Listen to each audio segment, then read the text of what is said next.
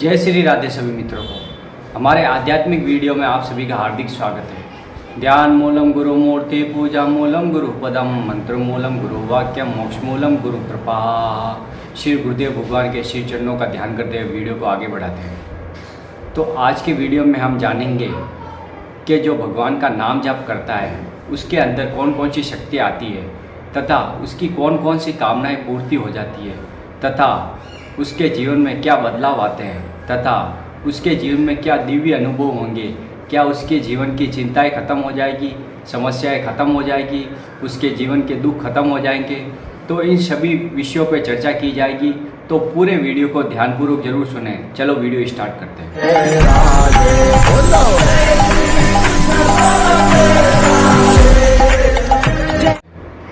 तो सबसे पहले हम जान लेते हैं कि ये कलयुग चल रहा है और कलयुग में सभी जो पहले के ज़माने में सतयुग था, त्रेता युग था, द्वापर युग था। सतयुग के समय में सब लोग ध्यान करते थे, 10-10 वर्ष तक तपस्या करते थे, तब उनको जाके भगवान का साक्षात्कार होता था। उसके बाद में त्रेता युग आया।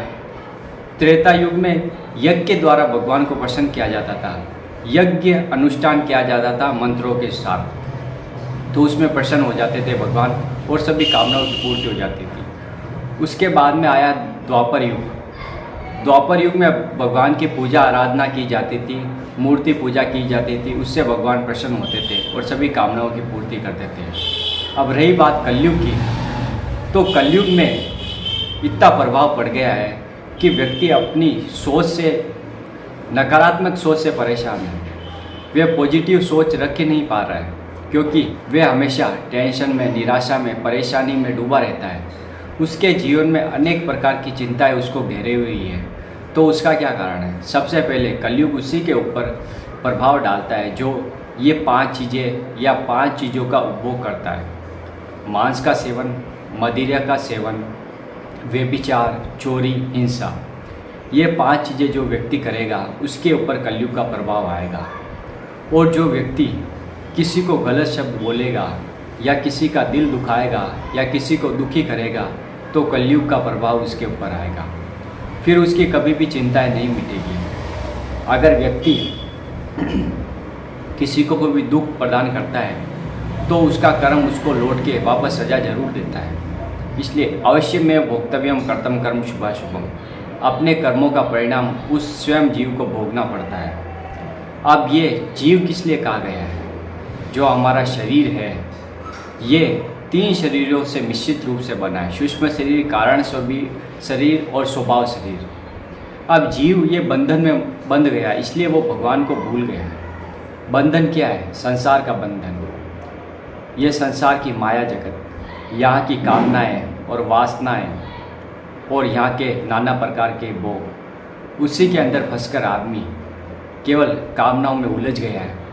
उसे पता नहीं चल रहा कि ज़्यादा कामनाएं रखने से व्यक्ति का नाश हो जाएगा, क्योंकि धन की लालसा व्यक्ति को आगे ले जाती है और उसकी कामनाएं बढ़ती रहती है और फिर वो लोभ में पड़ जाता है। जब तक लोभ का नष्ट नहीं होगा तो व्यक्ति को शांति कैसे मिलेगी? जब तक काम, क्रोध, लोभ, मद, मत्सर इन पर आप विजय प्राप्त नहीं कर सकते तब तक आपके मन को सुकून और शांति नहीं मिलेगी। आप कहीं भी चले जाओ, आपको शांति प्राप्त नहीं हो सकती। आपकी सभी चिंताओं, समस्याओं का कारण क्या है? क्योंकि आप प्रभु का स्मरण नहीं कर रहे, नाम जप नहीं कर रहे। क्योंकि संसार कभी आपको सुख देने वाला नहीं है, ये असत्य है, ये मृत्यु लोक है। मृत्यु लोक में जिसका जन्म हुआ है उसकी मृत्यु अवश्य होगी, भली जवानी में हो, बुढ़ापे में हो, किसी भी समय, वो कोई निश्चित नहीं है। जो प्रभु का विधान है उस समय व्यक्ति आएगा और जब प्रभु का विधान होगा व्यक्ति संसार से चला जाएगा। तो बीच में एक यात्रा है जिसको हमें पुण्य कर्म करते हुए, अच्छे कर्म करते हुए, प्रभु का स्मरण और नाम जप करते हुए हम सारी समस्याओं को मिटा सकते हैं। लेकिन हमें रखना है, किसी से राग भावना रखनी है नहीं है, किसी से ना ही द्वेष भावना रखनी है, ना अपने कोई भी अनुकूल व्यवहार करता है तब सुखी हो जाना है नहीं, और कब कोई अपने साथ प्रतिकूल व्यवहार कर रहा है या हमारे साथ कोई गंदा आचरण कर रहा है, हमें गाली गलौज कर रहा है, तब भी हमें चुपचाप वो सुनकर निकल जाना है और हमारे हमेशा नाम चलता रहना चाहिए स्मरण में। जो भी आपके इष्ट हो, राम कृष्ण हरि महादेव जी, उनका नाम जब हमेशा निरंतर चलता रहेगा तो आपको कोई भी तकलीफ़, परेशानी, दुख नहीं होगा, क्योंकि प्रभु का स्मरण चल रहा है तो आपके जीवन में कभी चिंता आ ही नहीं सकती। चिंताओं का कारण होता है आपका प्रभु में विस्मरण हो जाना। आप प्रभु को भूल जाते हो, प्रभु श्री राम को भूल जाते हो, प्रभु श्री कृष्ण को भूल जाते हो, क्योंकि पूरी सृष्टि का निर्माण उन्होंने किया और सृष्टि का पालन भी वही कर रहे हैं और श्रृंगार भी वही करते हैं। ये केवल प्रभु की एक लीला चल रही है, क्योंकि व्यक्ति आता है संसार में और अपने कर्म के अनुसार वापस चला जाता है और कर्म का परिणाम उसे भोगना पड़ता है। अब पिछले जन्मों के हम कर्म का परिणाम अभी भोग रहे हैं और इस जन्म का कर्म का परिणाम हम अगले जन्म में भोगेंगे।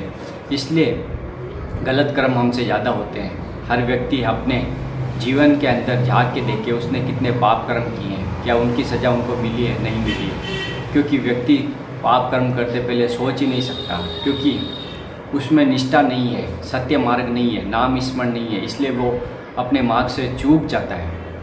कोई भी पापाचरण करने से पहले व्यक्ति सोचता नहीं कि उसका कर्म का परिणाम आएगा जब मुझे भयंकर कष्ट का सामना करना पड़ेगा, फिर कोई भी दुख आएगा, बड़ी बड़ी विपत्ति आएगी, कोई रोग आएगा, तब हमें उस कर्म का परिणाम समझ में आएगा कि हमने ये गलत कार्य किया था, उसका परिणाम आया है।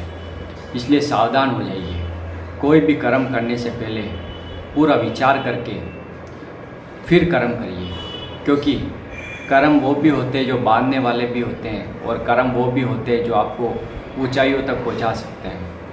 गलत कर्म आपको नरक की ओर ले जाएंगे और पुण्य कर्म आपको स्वर्ग की ओर ले जाएंगे, और स्वर्ग और नरक दोनों ही बांधने वाले हैं, क्योंकि जो स्वर्ग में जाता है उसका भी मनुष्य रूप में वापस जन्म होता है, और जो नरक में जाता है उसको 84 लाख योनियाँ भोगने बाद वापस इसी संसार में आना पड़ता है। क्योंकि जब तक उसे भगवत प्राप्ति नहीं हो जाती, जन्म मरण का चक्कर नहीं छूट जाता है, मोक्ष प्राप्त नहीं हो जाता है, तब तक व्यक्ति बार बार जन्म लेगा, उसकी मृत्यु होगी।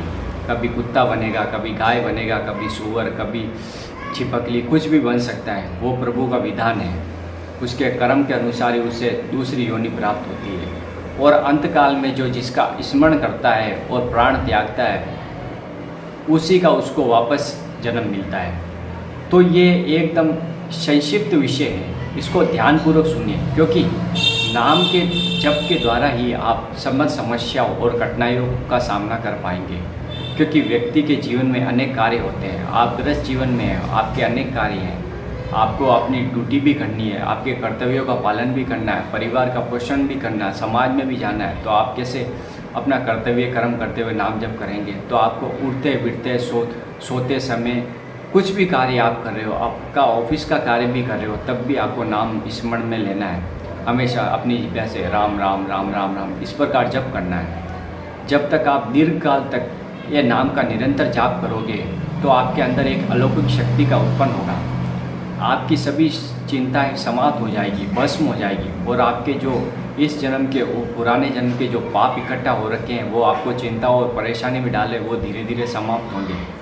लेकिन आपका मन आपको इधर उधर भगाएगा। आपको नाम नहीं छोड़ना है, केवल आपको नाम स्मरण लगातार करते रहना है। तो फिर आप देखोगे जो भी आपके दुख और तकलीफ और समस्या थी धीरे धीरे समाप्त हो जाएगी, और आपको एक आनंद की अनुभूति होगी, और आपके अंदर एक दिव्य शक्ति आएगी। शक्ति क्या होगी? आप किसी के भी मन की बात जान सकते हैं तथा आप हर कार्य कर सकते हैं आसानी से, क्योंकि जो नाम है वो आपको मन को निर्मल हृदय बना देता है। एकदम आपका हृदय निर्मल हो जाता है। इससे आपकी सोच की क्षमता, आपकी बुद्धि पवित्र हो जाती है, मन शांत हो जाता है। उससे आप एकाग्र होकर किसी भी व्यक्ति वस्तु के बारे में सोच सकते हैं और उसका न्यायोचित आप कारण भी जान सकते हैं, और किसी की आप मदद भी कर सकते हैं, क्योंकि नाम की महिमा अपार है। जो भी नाम जप करता है उसके जीवन में कभी भी कठिनाई समस्या आए लेकिन वह आसानी से पार हो जाता है और भगवत मार्ग में वो कदम आगे बढ़ाता है और उसे आनंद की प्राप्ति होती है। तो ये वीडियो आपको कैसा लगा? वीडियो को लाइक कर दे, कमेंट कर दे, शेयर कर दे, और चैनल पर नए तो चैनल को सब्सक्राइब जरूर कर दे, क्योंकि ऐसी आध्यात्मिक वीडियो हम आपके लिए लाते रहते हैं। राधा वल्लभ श्री हरिवंश।